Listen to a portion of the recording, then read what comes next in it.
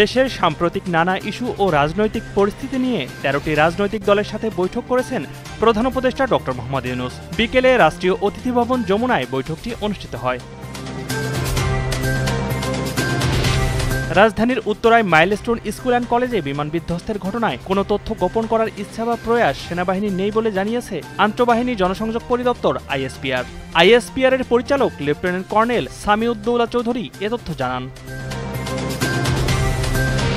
রাজনৈতিক দলগুলোর সাথে জাতীয় ঐক্যমত্য কমিশনের আলোচনায় নির্বাচন কমিশনের প্রধান এবং অন্যান্য কমিশনারদের নিয়োগ বিষয়ে ঐক্যমত্য প্রতিষ্ঠিত হয়েছে বলে জানিয়েছেন জাতীয় ঐক্যমত্য কমিশনের সহসভাপতি অধ্যাপক আলী রিয়াজ।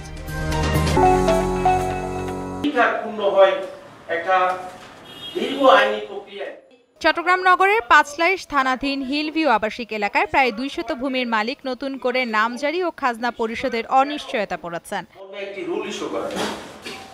সকালে চট্টগ্রাম প্রেস ক্লাবে আয়োজিত সংবাদ সম্মেলনে এ অভিযোগ করেন হিলভিউ আবাসিক কল্যাণ সমিতির সাধারণ সম্পাদক অ্যাডভোকেট মোহাম্মদ জহুরুল আলম। এ সময় উপস্থিত ছিলেন সংগঠনের সভাপতি ও অন্যান্য নেতৃবৃন্দ।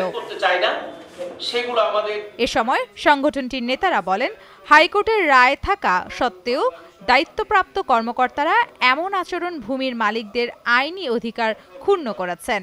এ সময় তারা সমস্যার সমাধানে ঊর্ধ্বতন কর্তৃপক্ষের হস্তক্ষেপ কামনা করেন।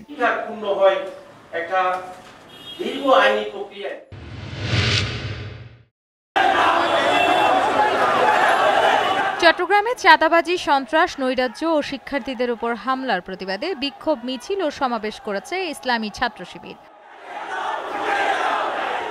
দুপুরে নগরের চকবাজার এলাকা থেকে শুরু করে বিভিন্ন গুরুত্বপূর্ণ সড়ক প্রদক্ষিণ করে অলিখা মসজিদ মোড়ে সমাবেশ করে মহানগর উত্তর ও দক্ষিণ ছাত্র শিবির।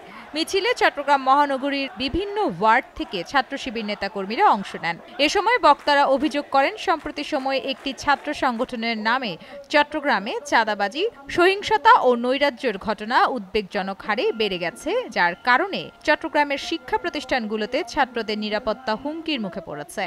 দ্রুত সময়ের মধ্যে এসব সন্ত্রাসী কর্মকাণ্ড বন্ধের আহ্বান জানান তারা। মহানগর উত্তর কর্তৃক আয়োজিত চাঁদাবাজ